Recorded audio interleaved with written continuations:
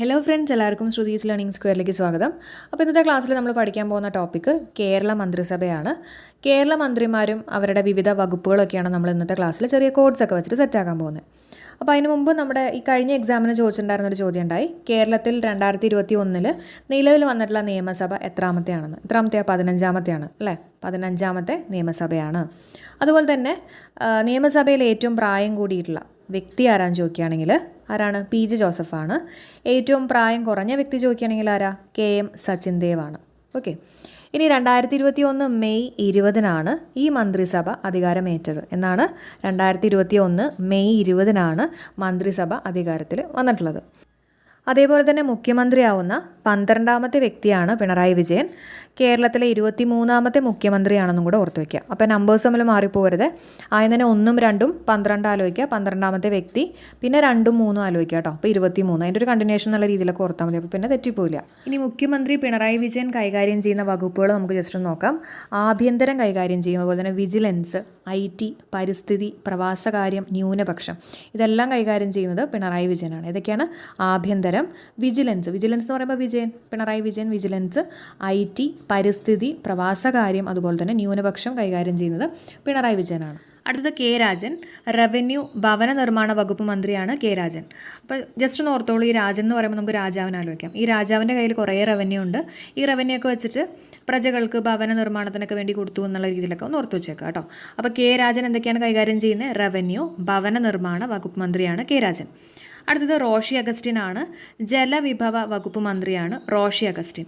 ഞാൻ ഓർത്ത് വെച്ചേക്കണത്, അഗസ്റ്റിൻ എന്ന് പറയുമ്പോൾ ഗസ്റ്റ് ആലോചിച്ചേക്കാം കേട്ടോ. ഈ ഗസ്റ്റൊക്കെ വരുമ്പോൾ നമ്മളിങ്ങനെ ജലമൊക്കെ കൊടുക്കില്ലേ, ജ്യൂസൊക്കെ കൊടുക്കില്ലേ, അങ്ങനെ ഒന്ന് ഓർത്ത് വെച്ചേക്കാം. അപ്പോൾ ജലവിഭവ വകുപ്പ് മന്ത്രിയാണ് റോഷി അഗസ്റ്റിൻ. അടുത്തത് K കൃഷ്ണൻകുട്ടിയാണ്. വൈദ്യുതി വകുപ്പ് മന്ത്രിയാണ് K കൃഷ്ണൻകുട്ടി.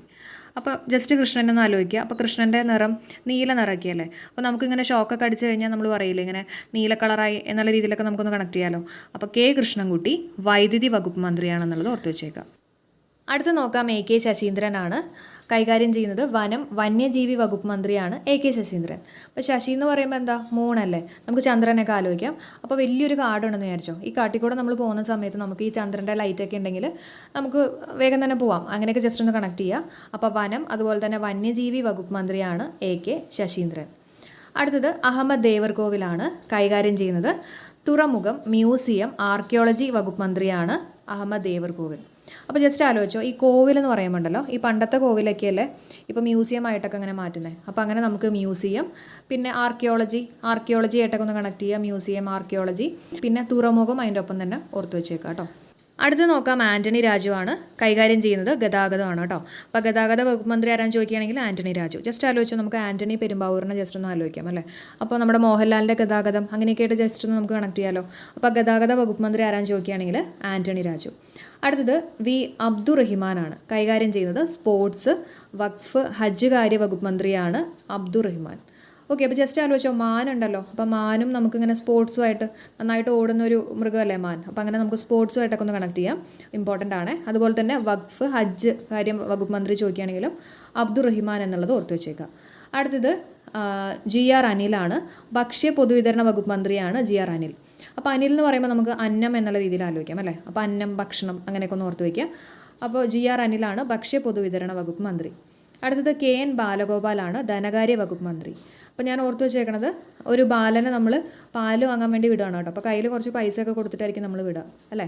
അപ്പോൾ ബാലഗോപാൽ കേട്ടോ, ബാലനെ പാല് വാങ്ങാൻ വേണ്ടി വിടുകയാണ്, കയ്യിൽ പൈസയൊക്കെ കൊടുത്തിട്ട്. ധനകാര്യ വകുപ്പ് മന്ത്രിയാണ് ബാലഗോപാൽ. അടുത്തത് R ബിന്ദു ആണ്. വളരെ ഇമ്പോർട്ടൻ്റ് ആണ്. ഉന്നത വിദ്യാഭ്യാസം അതുപോലെ തന്നെ സാമൂഹ്യ നീതി വകുപ്പ് മന്ത്രി ആരാന്ന് ചോദിക്കുകയാണെങ്കിൽ R ബിന്ദു.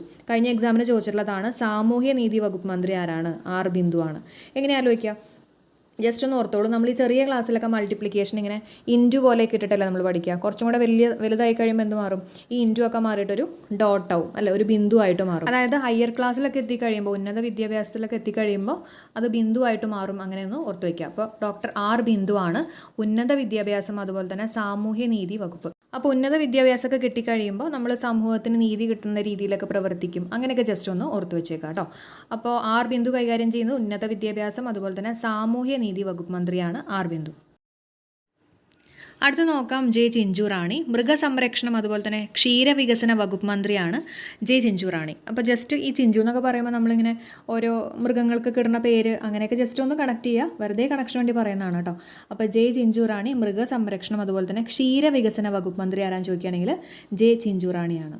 അടുത്തത് MV ഗോവിന്ദൻ മാസ്റ്ററാണ്. തദ്ദേശ സ്വയംഭരണം അതുപോലെ തന്നെ ഗ്രാമവികസനം എക്സൈസ് വകുപ്പ് മന്ത്രിയാണ് MV ഗോവിന്ദൻ മാസ്റ്റർ. അപ്പോൾ ജസ്റ്റ് ആലോചിച്ചോളൂ, നമ്മൾ ഇങ്ങനെ എക്സസൈസൊക്കെ ചെയ്യാണ്ട് നമ്മളിങ്ങനെ വീട്ടിൽ തന്നെ ഇരിക്കുകയാണെങ്കിൽ നമ്മുടെ കാര്യം ഗോവിന്ദയാണ് അല്ലേ. കാരണം എന്തെങ്കിലും കൊളസ്ട്രോളും കാര്യങ്ങളൊക്കെ നമുക്ക് വരും, അങ്ങനെയൊക്കെ ജസ്റ്റ് ഒന്ന് കണക്ട് ചെയ്യാം. അപ്പോൾ എക്സസൈസ് ചെയ്യണത് നമ്മുടെ ദേശത്തിൽ തന്നെ ആയിരിക്കണം. അങ്ങനെ നമുക്ക് തദ്ദേശവുമായിട്ട് കണക്ട് ചെയ്യാം, നമ്മുടെ ഗ്രാമത്തിലായിരിക്കണം. അപ്പോൾ അങ്ങനെ ഗ്രാമവികസനമായിട്ടൊക്കെ ജസ്റ്റ് ഒന്ന് കണക്ട് ചെയ്യാം. അടുത്തത് PA മുഹമ്മദ് റിയാസാണ് കൈകാര്യം ചെയ്യുന്നത് പൊതുമരാമത്ത് അതുപോലെ തന്നെ വിനോദസഞ്ചാര വകുപ്പ് മന്ത്രി ആരാന്ന് ചോദിക്കുകയാണെങ്കിൽ PA മുഹമ്മദ് റിയാസാണ്. അപ്പോൾ ജസ്റ്റ് ഒന്ന് കണക്ട് ചെയ്തോ, നമ്മൾ ഈ വിനോദം അതായത് ടൂറിനൊക്കെ പോകുന്ന സമയത്ത് നമുക്ക് നല്ല റോഡായിരിക്കണം, അങ്ങനെ നമുക്ക് പൊതുമരാമത്തുമായിട്ടും കൂടെ ഒന്ന് കണക്ട് ചെയ്യാം. പിന്നെ PA മുഹമ്മദ് റിയാസാണ് ഇത് കൈകാര്യം ചെയ്യുന്നത് എന്നുള്ള രീതിയിൽ ഓർത്ത് വെച്ചേക്കാം കേട്ടോ. അടുത്തത് P പ്രസാദാണ്. കൃഷി വകുപ്പ് മന്ത്രിയാണ് P പ്രസാദ്. അപ്പോൾ നമ്മൾ നന്നായിട്ട് കൃഷിയൊക്കെ ചെയ്ത് കഴിഞ്ഞിട്ട് അതിൽ നിന്ന് നമുക്ക് വിളയൊക്കെ കിട്ടിക്കഴിയുമ്പോൾ നമ്മുടെ മുഖത്ത് നല്ലൊരു പ്രസാദം വരും, അങ്ങനെയൊക്കെ ഒന്ന് ഓർത്ത് വയ്ക്കുക. അടുത്ത് നോക്കാം ശ്രീ K രാധാകൃഷ്ണനാണ്. പട്ടികജാതി പട്ടികവർഗ പിന്നാക്കക്ഷേമ ദേവസ്വം വകുപ്പ് മന്ത്രിയാണ് PK രാധാകൃഷ്ണൻ. അപ്പോൾ കൃഷ്ണൻ എന്ന് പറയുമ്പോൾ നമുക്ക് ദേവസ്വവുമായിട്ടൊക്കെ ഒന്ന് കണക്ട് ചെയ്യാം. അതുപോലെ തന്നെ രാധാകൃഷ്ണൻ എന്ന് പറയുമ്പോൾ നമുക്ക് കൃഷ്ണൻ രാധയുടെ പിന്നാലെ ആയിരുന്നു, അങ്ങനെയൊക്കെ ഒന്ന് ഓർക്കാമല്ലോ. അപ്പോൾ അങ്ങനെ പിന്നാക്കം കേട്ടോ, പിന്നാക്കക്ഷേമം, അത് പിന്നാക്കം കിട്ടിക്കഴിഞ്ഞാൽ നമുക്ക് അതിൻ്റെ ഒപ്പം തന്നെ SC ST കൂടെ പഠിക്കാം. പട്ടികജാതി പട്ടികവർഗം പിന്നാക്കക്ഷേമം ദേവസ്വം വകുപ്പ് മന്ത്രി, അങ്ങനെയൊക്കെ ഒന്ന് കണക്ട് ചെയ്യാം. അടുത്തത് P രാജീവാണ്. നിയമ വ്യവസായ കയർ വികസന വകുപ്പ് മന്ത്രിയാണ് P രാജീവ്. അപ്പോൾ ജസ്റ്റ് ഒന്ന് ആലോചിച്ചോളൂ, ഇപ്പോൾ ഒരു വ്യവസായി ഉണ്ടായിരുന്നു എന്ന് വിചാരിക്കുക കേട്ടോ. അപ്പോൾ അയാളിങ്ങനെ ഒരു വ്യവസായമൊക്കെ ചെയ്ത് ആകെ ഇങ്ങനെ തകർന്നു പോയി. പിന്നെ എന്ത് ചെയ്യും? പിന്നെ നിയമത്തിൻ്റെ വഴിയിലൂടെ പോകും. അപ്പോൾ നിയമം ആലോചിക്കാം, വ്യവസായം നിയമം ആലോചിക്കാം. എന്നിട്ട് നിയമത്തിൻ്റെ വഴിയിലൂടെ പോയിട്ട് കാര്യങ്ങളൊന്നും ശരിയായില്ലെങ്കിൽ കയറ് ഉപയോഗിച്ചിട്ട് തൂങ്ങി മരിക്കുന്നോ അങ്ങനെ എന്തെങ്കിലുമൊക്കെ ഒന്ന് കണക്ട് ചെയ്യുക. അപ്പോൾ അങ്ങനെ നമുക്ക് കയറും അവിടെ ഓർക്കാൻ പറ്റും കേട്ടോ. അപ്പോൾ നമ്മുടെ ജീവൻ അവിടെ നമ്മൾ അവസാനിപ്പിക്കണം. അപ്പോൾ ജീവ്, രാജീവ്, അങ്ങനെ ഒന്ന് ഓർത്ത് വയ്ക്കുക. അടുത്തത് സജി ചെറിയാനാണ്. മത്സ്യബന്ധനം സാംസ്കാരിക കാര്യം യുവജനകാര്യ വകുപ്പ് മന്ത്രി ആരാന്ന് ചോദിക്കുകയാണെങ്കിൽ സജി ചെറിയാനാണ്. അപ്പോൾ നമുക്ക് സിമ്പിളായിട്ട് ആലോചിക്കാം, ചെറിയാണെന്ന് പറയുമ്പോൾ ചെറുത് അല്ലേ. ചെറുതാരാ? നമ്മുടെ യുവജനം ഒക്കെ ചെറുതാണെന്നുള്ള രീതിയിൽ ആലോചിക്കാം കേട്ടോ. അപ്പോൾ യുവജനകാര്യ വകുപ്പ് മന്ത്രി അത് നമുക്ക് കിട്ടും. പിന്നെ യുവജനം എന്നൊക്കെ പറയുമ്പോണ്ടല്ലോ അവരുടെ ഇങ്ങനെ രക്തത്തിളയ്ക്കുന്ന പ്രായം എന്നൊക്കെ നമ്മൾ പറയില്ലേ. അപ്പോൾ സംസ്കാരമൊക്കെ ചില സമയത്ത് അങ്ങ് വിട്ടുപോകും, അങ്ങനെ നമുക്ക് സാംസ്കാരിക കാര്യം ഒന്ന് കണക്ട് ചെയ്യാൻ പറ്റും. പിന്നെ ചെറിയ മത്സ്യം എന്നുള്ള രീതിയിൽ ആലോചിക്കാം കേട്ടോ. അപ്പോൾ ചെറിയ മത്സ്യബന്ധനവുമായിട്ട് നമുക്ക് കണക്ട് ചെയ്യാം. നത്തോലി ഒരു ചെറിയ മീനല്ല എന്നൊക്കെ പറഞ്ഞിട്ടുള്ളൊരു സിനിമയുണ്ട്. അപ്പോൾ അങ്ങനെയൊക്കെ ഒന്ന് ഓർത്ത് വെച്ചേക്കാം. അടുത്തത് V ശിവൻകുട്ടിയാണ്. പൊതുവിദ്യാഭ്യാസം അതുപോലെ തന്നെ തൊഴിൽ വകുപ്പ് മന്ത്രി ആരാന്ന് ചോദിക്കുകയാണെങ്കിൽ V ശിവൻകുട്ടിയാണ്. അപ്പോൾ വിദ്യാഭ്യാസമൊക്കെ കൊടുക്കുന്ന ഒരു കുട്ടിക്കാണെന്നുള്ള രീതിയിൽ ആലോചിക്കാം കേട്ടോ. അപ്പോൾ ശിവൻകുട്ടി, അതുപോലെ തന്നെ തൊഴിലൊക്കെ കിട്ടാൻ വേണ്ടിയിട്ട് നമ്മൾ ശിവനെ പ്രാർത്ഥിക്കില്ലേ. അപ്പോൾ നമുക്ക് ശിവനുമായിട്ട് അവിടെ ഒന്ന് കണക്ട് ചെയ്യാം. അപ്പോൾ തിരിഞ്ഞു പോരുത്, ഉന്നത വിദ്യാഭ്യാസം ചോദിക്കുകയാണെങ്കിൽ നമ്മുടെ ബിന്ദു ഓർക്കുക കേട്ടോ. ഇത് പൊതുവിദ്യാഭ്യാസമാണ് V ശിവൻകുട്ടി. അടുത്തത് VN വാസവനാണ്. സഹകരണം രജിസ്ട്രേഷൻ വകുപ്പ് മന്ത്രിയാണ് VN വാസവൻ. അപ്പോൾ എല്ലാവരോടും നല്ല രീതിയിൽ സഹകരണമൊക്കെ ഉണ്ടെങ്കിൽ നമുക്കവിടെ വസിക്കാൻ പറ്റും. അങ്ങനെ നമുക്ക് വാസവൻ ആലോചിക്കാം. അതേപോലെ തന്നെ വസിക്കുന്ന സ്ഥലം, അതായത് നമ്മുടെ വീടിനൊക്കെ രജിസ്ട്രേഷനൊക്കെ വേണ്ടേ. അപ്പോൾ അങ്ങനെ നമുക്ക് രജിസ്ട്രേഷൻ വകുപ്പ് മന്ത്രിയും കൂടെ അവിടെ ഓർക്കാൻ പറ്റും. ലാസ്റ്റ് വീണ ജോർജാണ്. ആരോഗ്യം വനിത ശിശു വികസന വകുപ്പ് മന്ത്രി ആരാന്ന് ചോദിക്കുകയാണെങ്കിൽ വീണ ജോർജാണ്. പലർക്കും അറിയായിരിക്കും, എന്നാലും ചെറിയൊരു കണക്ഷൻ കൊടുക്കുകയാണ്. നമ്മൾ വീണ് കഴിഞ്ഞാൽ നമ്മുടെ ആരോഗ്യത്തെ ബാധിക്കും. പ്രത്യേകിച്ച് എന്താ പറയുക, പ്രഗ്നൻ്റ് ആയിട്ടുള്ള വനിതകൾ വീണ് കഴിഞ്ഞാൽ ആരോഗ്യത്തെ ബാധിക്കും എന്ന് ആലോചിക്കാം. അപ്പോൾ പ്രഗ്നൻ്റ് ഞാൻ ഉദ്ദേശിച്ചത് വനിതയും അതുപോലെ തന്നെ ശിശു കേട്ടോ. അപ്പോൾ വനിതാ ശിശു വികസന വകുപ്പ് മന്ത്രി ആരാന്ന് ചോദിക്കുകയാണെങ്കിൽ വീണ ജോർജാണ്. അതേപോലെ തന്നെ നമ്മുടെ കേരള നിയമസഭയിൽ സ്പീക്കർ ആരാന്ന് ചോദിക്കുകയാണെങ്കിൽ MB രാജേഷാണ്.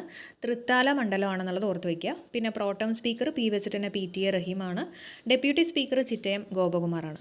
അപ്പോൾ തൽക്കാലം നമ്മുടെ ക്ലാസ് ഇവിടെ വെച്ച് വൈൻഡപ്പ് ചെയ്യാണ്. അപ്പം എക്സാമിന് മുമ്പ് തന്നെ നമ്മൾ കൂടുതൽ കറണ്ട് അഫയേഴ്സിൻ്റെ ക്ലാസ്സും കാര്യങ്ങളൊക്കെ നിങ്ങൾക്ക് തരുന്നതായിരിക്കും. കോഡൊക്കെ വെച്ചിട്ടും ഫാക്സ് ഒക്കെ വെച്ചിട്ടുള്ള ക്ലാസ്സുകൾ നിങ്ങൾക്ക് കിട്ടുന്നതായിരിക്കും. അപ്പോൾ തീർച്ചയായിട്ടും നമ്മുടെ ചാനൽ സബ്സ്ക്രൈബ് ചെയ്യാതെ കാണുന്ന ആൾക്കാരാണെങ്കിൽ ചാനൽ സബ്സ്ക്രൈബ് ചെയ്യുക. അതുപോലെ തന്നെ ബെല്ലൈക്കൺ എനേബിൾ ചെയ്യുക, ഓൾ നോട്ടിഫിക്കേഷൻസ് കൊടുക്കുക. എന്നാൽ മാത്രമായിരിക്കും നിങ്ങൾക്ക് എല്ലാ നോട്ടിഫിക്കേഷൻസൊക്കെ കിട്ടുക. അപ്പോൾ തീർച്ചയായിട്ടും മറക്കണ്ട. അതുപോലെ തന്നെ ക്ലാസ് യൂസ്ഫുൾ ആയിട്ട് തോന്നിയിട്ടുണ്ടെങ്കിൽ ഒന്ന് കമൻറ്റ് ചെയ്യുക. ഫ്രണ്ട്സിൻ്റെ അടുത്തൊക്കെ ഒന്ന് മാക്സിമം ഷെയർ ചെയ്യുക, സപ്പോർട്ട് ചെയ്യുക. ഓക്കെ, അപ്പോൾ എല്ലാവർക്കും ബൈ, താങ്ക് യു.